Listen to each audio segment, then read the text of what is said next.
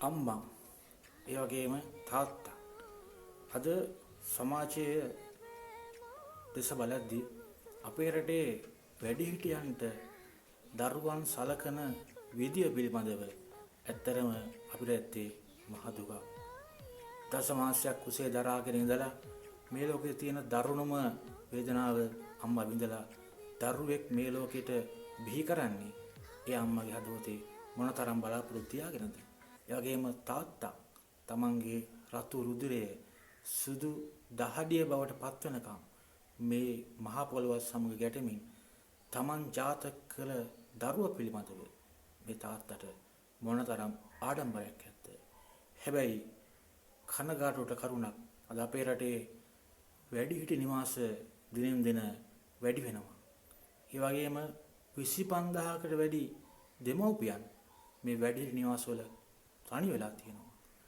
අද තමන්ගේ දරුවන්ව උස්මහත් කරලා උන්ට අධ්‍යාපනය දීලා ඔවුන් යහමගට අරගෙන ඔවුන් නිවැරදිව සමාජගත කළා මේ දෙමව්පියන් අද මහලු මඩම් වල දුක් විඳිනවා. ඔබ දන්නවද මේ අම්මා බත් මුට්ටියේ දන් කොඩ ටික කාලා බඩගින්න පියව ගන්න නැති. 3 වේලක් ඔබට කන්න දීලා අම්මා එක වේලක් බත් කාලා අම්මා කුසකින්න පුරව ගන්න ඇති. මාළු උයපු දවසට අම්මා මාළු කෑල්ලේ අවසන් කොටස එහෙම නැත්නම් කට්ට කාලා ඔබට හොඳ මාළු කෑල්ලක් දෙන්නේ නැති.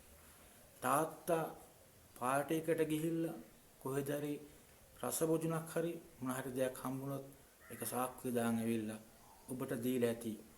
තාත්තා ඒක අනුභව කරන්නේ නැතුව ඇති. ඉතින් අපි වැඩිහිටියන්ට සලකන ජාතියක් බවට අපි අන් ආගන්තුකයන්ට සලකන ජාතියක් බවට ඉතිහාසයේ එක්වලා තිබුණත් අද අපේ රටේ සාර ධර්ම දවසින් දවස පිරිහි යනවා.